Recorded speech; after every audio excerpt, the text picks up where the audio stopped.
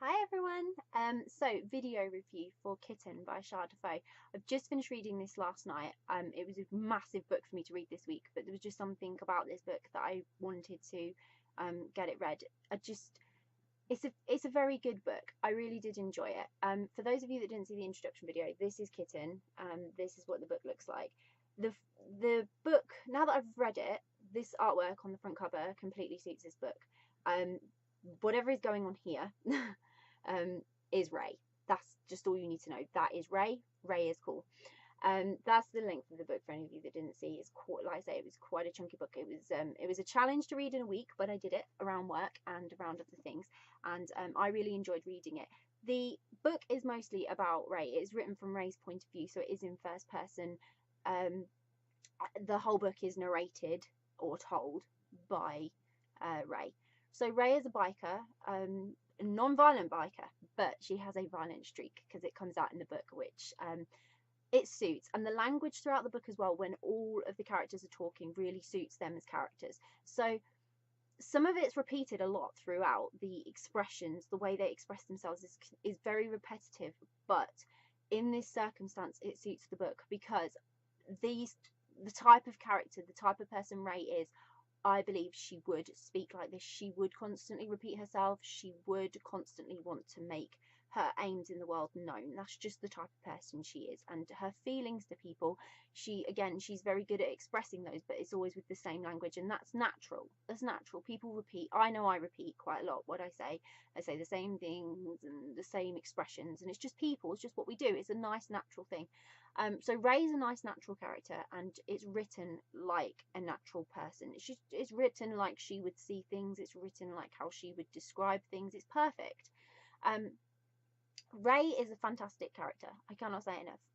There's something about Ray with her butch and her feminine side that, I don't know, some people have said in reviews that it doesn't mix, but it does. It does mix when you throw in the other characters. When you throw in Ruby and Christina, that feminine side mixes.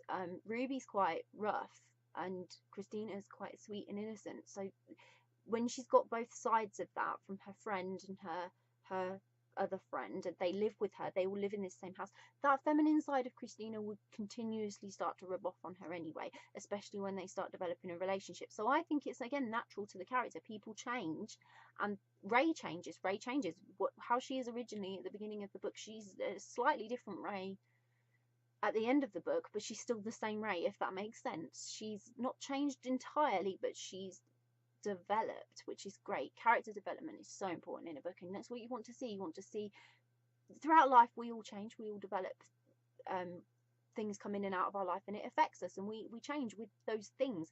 So those things that happen to Ray develop her throughout this book, and therefore the storyline running through it, where she is falling in love with Christina, protecting Christina, and having to deal with so much with Christina, because even Christina isn't as innocent as she comes across, is just, it's lovely development throughout the book, and it keeps you really hooked because you have to know what's happening next. There's so much fast pace in it. It's just going and going and going and going and going, and all these things are balling up, and Ray's just wow, whack, it all dumps on her. You know, where she's had her life and she goes to work and she comes home and she earns her money and she has fun, she suddenly has feelings and responsibilities and somebody who needs looking after, more than perhaps Ruby did before when she was watching out for Ruby.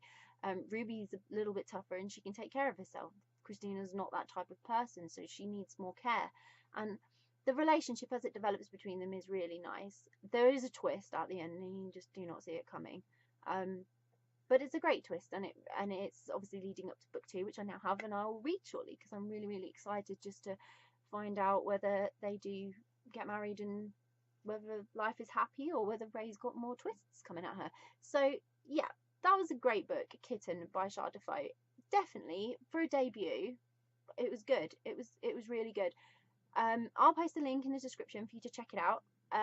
As with Survival Instincts, Char also did a playlist for Kitten, and it sort of runs across Kitten and the sequel. So I'll pop the link as well into the description, because I've made a Spotify playlist for anyone that wants to listen to it. It is missing a couple of songs because Spotify doesn't have them, but it's a great playlist, and whilst you're reading, it just gives you that atmosphere again, and it gives you that connection to the characters and what their life's like whilst you're reading, and it just gets you in the mood, and it's just a really great playlist as well.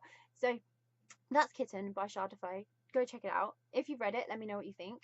If you haven't read it yet, definitely worth popping to get a copy and giving it a go, even if it's not your, again, not your typical thing. Try it. It also fills one of the squares for Jay's book bingo as well, so you can add it in on that for the Butch Femmes square. So that's great as well. If you're reading and you need new challenges to read for the book bingo, check out Kitten. And yeah, it was a great book, a fantastic read, and I'm so glad that I gave it a try. Give it a try. Let me know what you think.